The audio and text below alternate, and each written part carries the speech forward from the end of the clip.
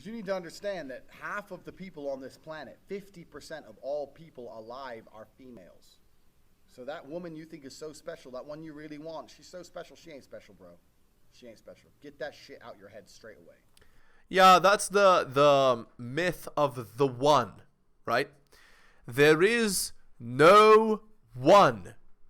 And so, because there is no one, there are many ones out there. This is fundamental Rollo Tomasi stuff, right? There are many ones, many girls that could satisfy. So just keep that in mind, guys. Because the more special you think she is, the more you're going to fuck up when you're talking to her. She ain't special. She takes a shit in the morning like everyone else. Just a fucking human organism. Who cares? There's girls prettier than her around. Maybe you ain't got their phone numbers, but they exist. So you got to go out and get them. So don't be trying too hard. Now, the reason I get away with such little work is because I put such a high price tag on myself. I am a 4-time kickboxing world champion multimillionaire. So even any female, no matter how beautiful, knows I'm never going to be the guy hitting her up constantly. I'm not going to be the guy she can call and I'll always answer. I'm not going to be the dude who will give her lifts to work. She knows I got shit going on. So remember what I was saying earlier to you about how I've never struggled with females because I never focused on the females. These other game books and Roosh and all these idiots. This is the woman, get the woman, get the woman. Forget the bitch. Forget her. Forget. Right. The point is this. You work on yourself becoming a superior man. Be competitive. Be the guy that other women want and the guy other men want to be. That's the guy that's successful with girls, right? The best version of yourself. And then you won't have anything to worry about, right? Like, when you have a life that's full and you have so much stuff going on, then things will be much, much easier for you. You'll be very authentic in being the kind of guy that women are attracted to, right? And you don't have to work as hard. It's true. It's absolutely true. But where you do have to work hard is on yourself, right? Very, very hard. All the chicks. Worry about yourself. Get yourself straight. And when your own shit's straight, got yourself together, females are an added bonus. That's right. The adage I use is women are the cherry and you are the cake. You can have an entire life with no cherry. You'll be fine. Still a delicious cake. Women are the cherry on top. You don't need a cherry on top of your cake. So if she's causing you all these problems, just who cares? You can drop the cherry and you'll still have a great cake. If you focus on her, then you're giving up your whole cake for a cherry. It's ridiculous. It's much easier to focus on yourself and get yourself high level and then start getting females than it is to forget about yourself. Spend all your time day game running around the mall, doing 1,000 approaches, trying to pick up a real fucking slut who will bang anyone and getting laid. Fuck. Yeah, again, it's a good principle, right? The idea that it's time better spent working on yourself than approaching girls, right? And then once you're a competitive man, then it's, you're going to have a better time of it. Hello and welcome to the Helios blog. My name is Helios, here for another reaction video. If you're new to the channel, liking the content, hit that sub, hit all for notifications. If you'd like to support me, I do have a Patreon with exclusive content. Patreon.com/theheliosblog. Just go there and subscribe. Again, it's newly revamped. It's posting weekly content, guys. Patreon.com/theheliosblog. Also, you could drop me a donation like Tom M here. Shout out to him. Link is in the description. Let's continue. Fuck that garbage. All the game you've read before is bullshit.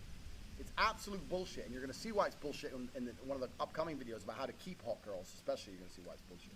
But it's bullshit because if you go up to 1,000 girls, you get 5 phone numbers and one might fuck you. Yeah, I'm sure that's absolutely true, but so? You're going to spend your life, instead of becoming rich, instead of becoming strong, instead of becoming smart, you're just going to fucking run around a mall, approaching girls, day game? It's bullshit. It's garbage. It's for children. I agree. It is a waste of time. It is an utter waste of time. That's absolutely correct. You should spend that time making yourself into a strong, powerful man that other men want to be and other women want to be with. No, it's absolutely true. There are many better things to spend your time on than that. I can guarantee you guys. All that shit is for children. I focused on myself. And that's how I've managed to attain the highest quality females. And also not attain, retain, which is another thing we're going to do in a separate video, because retaining females is completely different to obtaining females. Right. To keep the girl around, what you need to do is, okay, it's more complicated. Basically, what you need to do is just meet the girl weekly, right? And have a busy life outside of that. And just keep, you know, pressing the right buttons. It's really not such a hard thing to have multiple friends with benefits, if you're at a certain level of attractiveness, right? And it's also a matter of keeping your boundaries, right? Like, and understanding like what kind of girl you're seeing. If she's the kind of girl that will be with anyone, then that's friends with benefits only. Please use protection. If she's the kind of girl that's like, you know, girlfriend material, whatever, then you need to vet her. You need to make sure that she's not sketchy, doesn't have a sketchy past, doesn't have a high end count, etc.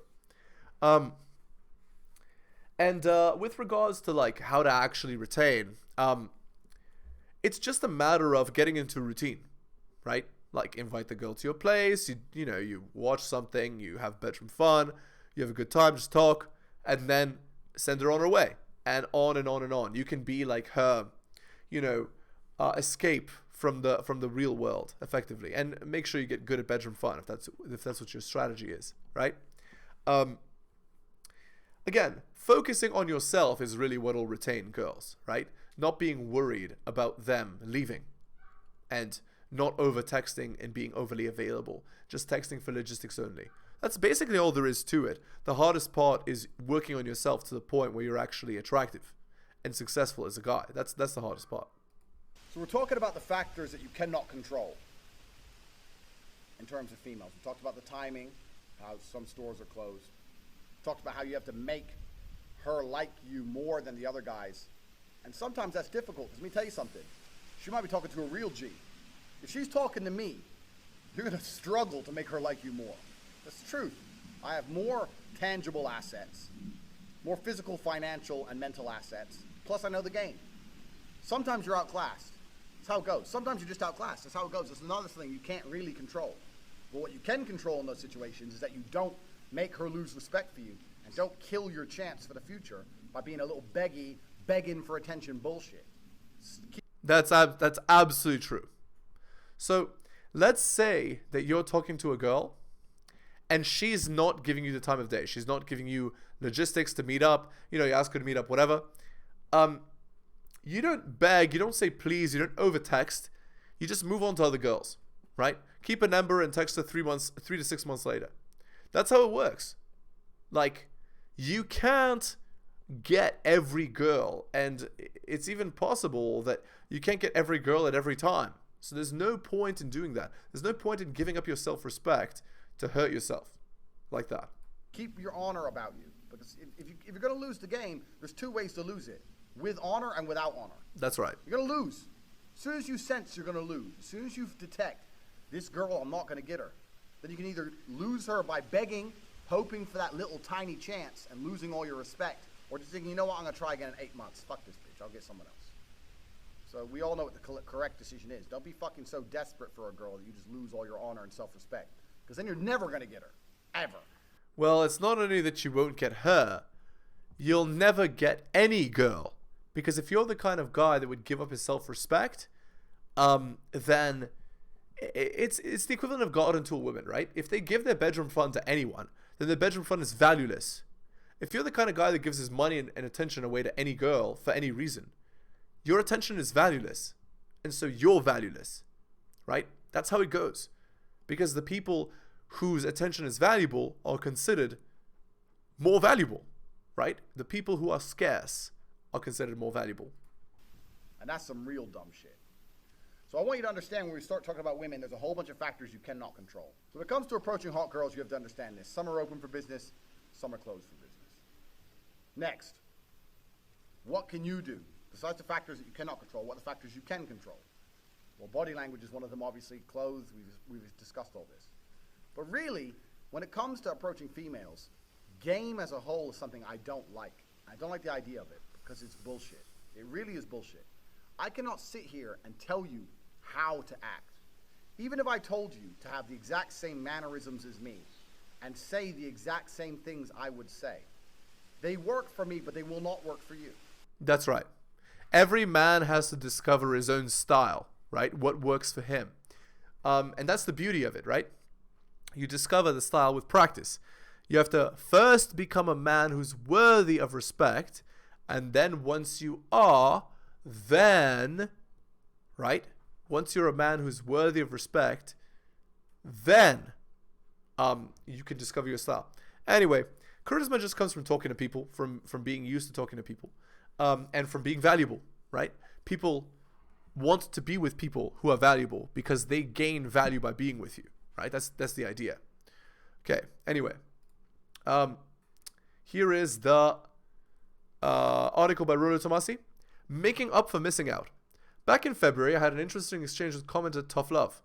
The conversation focused on his recent singleness due to his wife of 20-something years feeling the call of the alpha and deciding to cheat on him, and then later divorcing him, and then taking up with even more beta fellow not long after the fling. You can read the whole exchange here if you like, but what Tough Love describes is a textbook example of the alpha reinterest impulse that defines the development and redevelopment reinsurance phase I outlined in the preventative medicine series. Not to rub salt in the wound, but you and your ex's story is a cliche now. It's the making up for missing out story.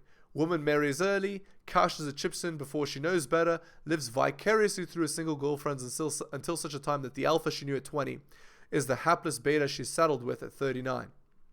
Divorce, media convinces her to bail out and get with the alpha she's always missed for all that time. She did everything in reverse. Beta comfort and dependability through her party years to be traded for alpha excitement before it's too late.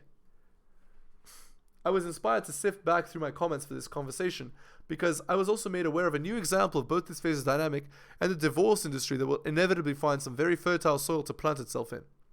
This example comes to us courtesy of Robin Rinaldi, author of the Wild Oats Project. The book and the experiment in C-star CKing, such as it was, centers on, you guessed it, a 40-something woman who abandons her marriage for 1 year to bang the random men she was prevented from sleeping with by being married to a dependable, unexciting beta husband. Granted, the husband didn't want children, and this contention resulted in him getting a vasectomy, his only act of alpha with her as far as I knew. Her childlessness is of course her go-to victimization card she hopes would endear feminine sympathy for her taking matters into her own hands for a year. The de rigueur rationalization and appeals to womanly self-discovery are handed out like the M&Ms any RP man will come to expect. But I'm drawing attention to this book because it has the potential to be the next step in the 50 Shades of Grey evolution of open hypergamy. Get ready for the Wild Oats Project, and not just the book. Get ready for the Wild Oats Project phenomenon, the debates, the think pieces, the imitators, and probably the movie. Get ready for orgasmic meditation and the 3 rules. Get ready for my C-word deals solely in truth t-shirts. On a social scale, it seems like the next deductive step. Blend the justifiable eat, pray, love narrative with the more visceral bedroom funness of 50 Shades, and women will readily consume it. I expect there'll be the same hamster spinnings of nawalt, and most women respect their marriage vows, but still it won't wash with the overwhelming guilty pleasure popularity that 50 Shades exposed on a large scale. Writers like Rinaldi and E.L. James have tapped into the AFBB anxiety rooted in women's primal insecurity inherited in doubting their optimization of hypergamy. If appealing to visceral bedroom fun sells products to men, appealing to the inherent you only live once insecurity of feminine hypergamy sells to women. And women being the primary consumers in Western society, sell it does. Commenter JF12 related something to Ballista and posted on the blog recently. Ballista asks on his site, why is divornography, divorce, marketed exclusively to women? Why are there articles in women's magazines and romance novels for women like Eat, Pray, Love that glamorize divorce, but nothing of the sort exists or is marketed to men? Why is there no male divorce, spicy content? No stories of men divorcing their obese, aging harpy wives, liberating themselves from their marriage vows, and ending up happily ever after banging large, 21-year-old lingerie models. Can you imagine the uproar? Can you feel the love yet? Since the start of the bedroom fun revolution, there's been a social undercurrent of excusable, justifiable comeuppance for any gender-related imbalance women have been taught to believe that men are enjoying or benefiting from. Whatever male-specific indignation that would reflect negatively on men becomes a form of empowerment for women, particularly if that indignation facilitates men's bedroom fun strategy at the expense of women's. Thus, a woman takes a year-long break from a marriage to bed as many men as she cares to indulge, fully expecting to come back to a dutiful beta husband afterwards, and she's cast as an iconoclastic hero for casting off, bedroom fun repression. Furthermore, it's only a small step to wipe the accountability of her actions off on the horrible man who won't cooperate by doing his duty to fulfill her bedroom fun strategy. There is no more permanent a devotion to a male bedroom fun strategy than to get a vasectomy and thus deny a woman the ultimate culmination of her own. If you ever want to experience just how close to livestock the feminine imperative considers men to be, just try getting a vasectomy before you're married without a wife's explicit and written consent. Legally, it's easier to geld horses or neuter dogs. It's important to consider how the doubt over past hypergamous choices affects a mature woman. When a woman has passed through her epiphany phase and became a never-married woman into her late 30s, the mindset becomes one of self-justification. This is similar to the Kate Bollick effect, whereby a woman has very little choice but to live with the past intimate decisions and convert necessities into virtues. She embraces a ready-made empowerment narrative, wherein she convinces herself that her choices were the bold, unconventional ones she needed in order to quote-unquote grow. Next and most commonly is the woman who consolidated on a man's commitment once she'd become less bedroom fun competitive just prior to 30. I can't be sure, but it's likely that Rinaldi falls into this demo. The schedule more or less plays the same. Redevelopment or reinsurance. The redevelopment phase can either be a time of relational turmoil or one of a woman reconciling her hypergamous balance with the man she's paired with. The security side of this hypergamous balance has been established for long-term satisfaction, and the alpha reinterest begins to chafe at the ubiquitous certainty of that security. Bear in mind that the source of this certainty need not come from a provider male. There are a lot of eventualities to account for. It may come from a never-married woman's capacity to provide for herself, the financial support levied from a past husband or fathers of her children, government subsidies, family money, or any combination thereof. In any event, while security may still be an important concern, the same security becomes stifling for her as she retrospectively contemplates the excitement she used to enjoy with former, now contextually alpha lovers, or perhaps the man her husband used to be. The soulmate mistake. Vox had an astute observation. Alpha widowhood is a description of an observed behavior, not a cruel invention of the game. Steve has been with me for the past 50 years and Ron for 47. Neither is the man I'm married to, nor have I seen or spoken to either since our love affairs ended in my 20s. All the same, there's no denying they've both messed with my marriage to Ollie, the man who's been by my side for the past 40 years. I find myself thinking about them both as I read recent research that suggested women who played the field before marriage are unhappier with their lot than those who entered matrimony without any partners. Angela Neustadt has often questioned what life would have been like had she married another man. She's often questioned what life would have been like. Yeah. Okay. I think it's important to remember that an alpha widow doesn't even necessarily need to have slept with a man she considered alpha for a past to feel the alpha widow effect. 5 minutes of alpha. Even worse, 5 minutes of alpha rejection can mess with the heads of even the most desirable women and continue messing with them even years later. In comparison, if the reports are to be believed, women who divorce beta schlubs after years of marriage pretty much forget them before the ink is dry on the paper. Yeah, that's like Titanic. Because we're individuals. We're absolutely individuals. For the same reason when you learn to fight, you learn the basics of it. But if I were to say, mimic my movements millimeter for millimeter, I won't get hit and you will get hit because we're in different bodies. It's just we're different people. So I can't sit here and say, do this, do this, do this. Anyone who tries to tell you that, what they're doing is they're trying to oversimplify an extremely complicated situation in an attempt to get paid. Because every single female you approach is going to be different.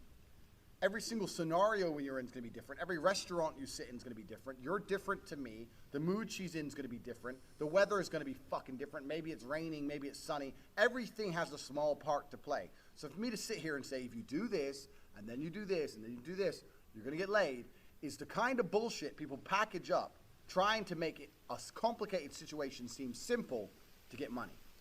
Getting laid is not simple. The only thing you can do if you want to retain, especially in a future video, retain as well as obtain hot women, is be yourself. True, you have to be authentic, yeah. But you have to be the best version of yourself. You have to be the version of you that's competitive, attractive, successful. No, that's right. Absolutely.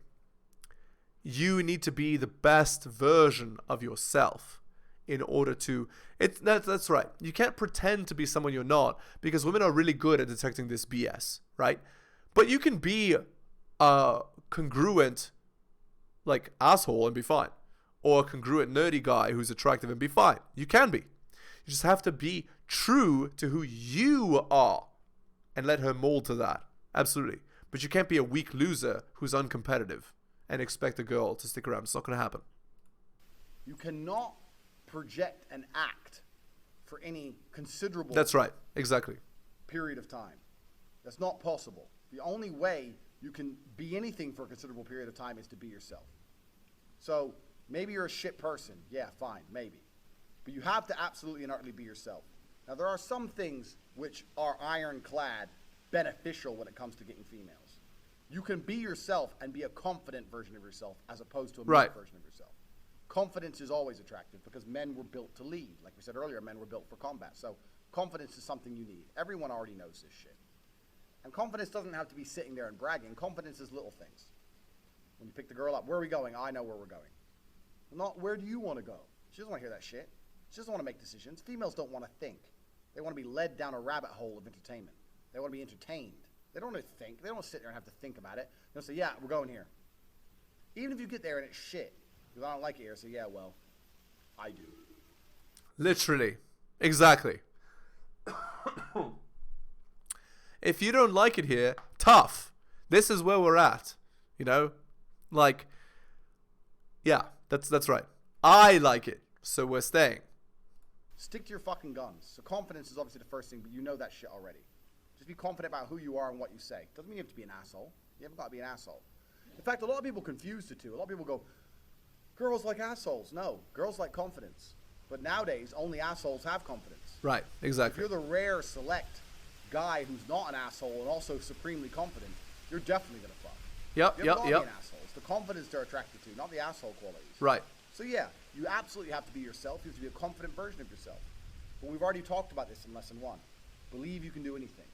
You're about to go on a date with Megan Fox. Are you intimidated? No. Because you're the fucking man. Yeah, like, why would you be intimidated by Megan Fox? She's a girl, okay, she's an actress. And that would be fun to have a conversation, you know, like, to learn something about her. But I know if Megan Fox was on a date with me, that she would come out of that date learning something that she's never known before. She would know stuff that she didn't know before she met me, because I'm more interesting and more intelligent than her. I know for a fact. I think Megan Fox actually has high IQ, so she might actually be quite good conversation. But anyway, let's continue. We're going to go to the Reddit article here. I, male 34, found out my wife cheated on me, and she's 28. We've been together for 4 years, and I discovered she cheated on me. But I discovered by reading a diary. I know it's messed up to read someone else's diary, but I can't help but think that what she did is worse. Oh yeah. I already had the suspicion she was into someone else. When I read, it was the confirmation of my fears. I don't know what to do. I've always been loyal to her. I'm so afraid to confront her. I don't know what to say, because she discovered that I read a diary. But I really don't know what to do. I need advice. Look at me looking for advice on an anonymous account on Reddit. I feel miserable for what I did and what I discovered, and I could really use some advice. Okay. So if you're afraid of having this, well, I'm afraid the reason why this situation happened is because you were afraid of conflict in the first place. She found out that you're afraid of conflict, and so she pushed and pushed and pushed on the boundary till it's her cheating on you. That's the point. Okay, 73 upvotes. Kick to the curb, start again. Someone who cheats on you either doesn't respect you enough to tell you the truth or thinks you're stupid enough to never find out. Both are disgusting, and personally I refuse to ever even be friends with people who cheat on their spouse. It's one of the most incredible betrayals a person can make, and one that's totally unnecessary. Just divorce or break up. It's always, without fail, indicates a failure in character and ethics that is so severe that the person cannot be trusted. Fundamentally, cheaters make a decision to irrecoverably hurt their partner emotionally for mere physical or emotional pleasure. Thus, then they make that decision again and again. If you can't trust your wife, who can you trust? Yeah. Okay. Okay. So here's a guy with 8 upvotes. It can either really hurt you now, or it can unalive you later. I don't mean that in terms of hyperbole. Your marriage was over the second she chose to participate in infidelity, to possibly expose you to diseases, to use the resources gained by your shared partnership money for gas, for food, for dates, and your shared sacrifice in order to trample on the vows you both made. Get a lawyer and cut yourself off from this person for good. Thank the Lord there are no children involved. This is the luckiest thing that could happen to you, finding out this early. Best of luck to you. I've been married 12 years of happiness, and I wish for you to find the same. Yeah. 8 upvotes. From my experience, does it really matter if you read her diary? You'll get nothing by confronting her. I spent a long time trying to get my ex to give me some kind of emotional closure, admission, and guilt to something. When she finally admitted to anything, it was a year after we separated and meant nothing to me. You know what happened, and she knows what happened. She doesn't know that you know. You don't owe her any explanation because she knows what she's done. Simple as that. Okay, guys? Simple as that. We're going to end the video. If you're new to the channel, liking the content, hit that sub, hit all for notifications. If you'd like to support me, I have a Patreon, patreon.com/theheliosblog. Go there and subscribe. If you'd like to support me, otherwise, you can drop me a donation. Link is in the description. Shout out to Tom for dropping me a donation. You're awesome. Again, if you've taken the time out of your busy day to listen to the end of the video, you guys are wonderful. I really do appreciate it. Take care of yourselves, and I'll see you next time.